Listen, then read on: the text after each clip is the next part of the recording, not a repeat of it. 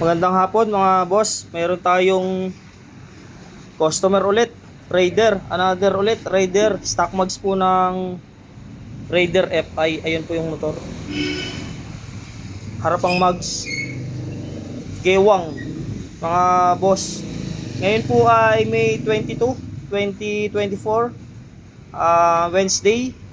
May humabol pa. May humabol pa sa atin. Pero actually hanggang alas 5 lang po tayo nag-a-align mga bossing. 9:30 hanggang alas 5 lang po tayo nag-a-align. Pero ito si bossing ay dumating alas 5 na rin mahigit. Pero gagawin pa rin natin mga boss.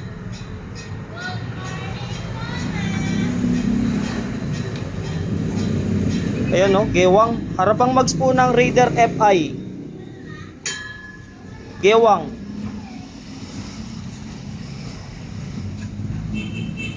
Almost brand new. Sa mga nagtatanong po ng exact location ko, Parian, Calamba City, tapat ng Alphamart Parian, likod ng SSS pa rin mga bossing. Ayan pong Alphamart Parian. Araw-araw po tayong bukas mula Lunes hanggang Linggo, 9:30 po ng umaga hanggang alas 5 mga bossing ha. Huwag po kayong mahiyang pumunta rito sa maliit na shop ni Alvin Moto Wheels TV.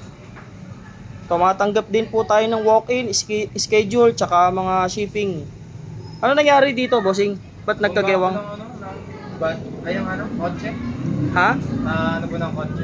Ayun, nabangga raw ng kotse.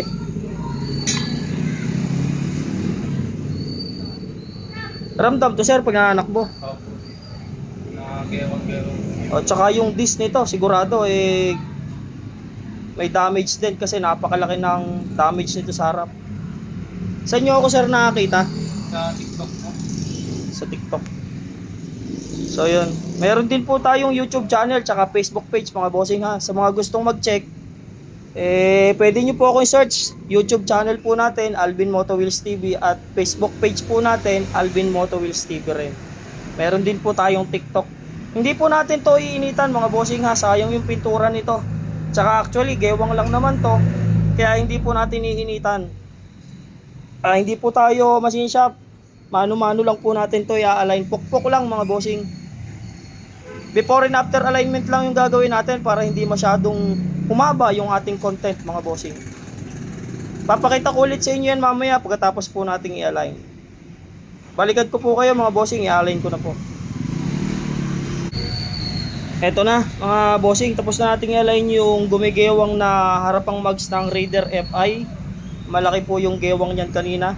Before and after alignment lang yung ginawa natin mga bossing ha, para nga po hindi masyadong mahaba yung ating content.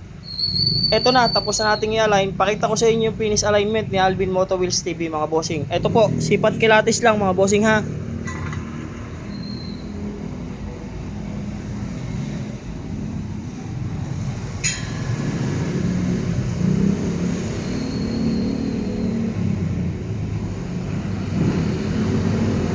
Oh, ayan na mga bossing oh.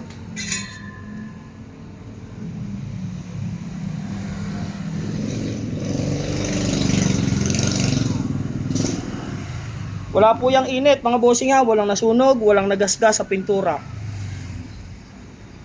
Spokes ang inalign natin dyan mga boss. Walang gasgas po, walang sunog. Hindi po tayo machine shop. So yan ha mga bossing oh. Tapos na nating i-align. Ilang minuto bossing bago matapos? Mga 5 minutes lang. Ayun, mga 5 minutes. Habang ina-align natin yan, syempre katabi lang natin si bossing. Dito lang tayo nagagawa. Ayan po yung ating mga ginamit na kahoy. 5 minutes bago natapos, bago natin na ibalik yung yung alignment nito. Kanina, laki ng gewang nito mga boss.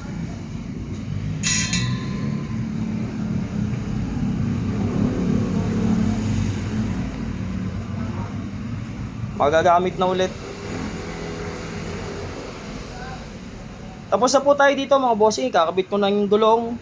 Yung disc nito i-align ko rin po. Pero hindi ko na i-content para medyo maiksi lang itong ating content. May gusto ko yung shoutout boss? Wala naman. Legit ba boss? Legit? Legit po. Legit. So yun, tapos na po tayo mga bossing. Marami po salamat. Ride safe po sa lahat.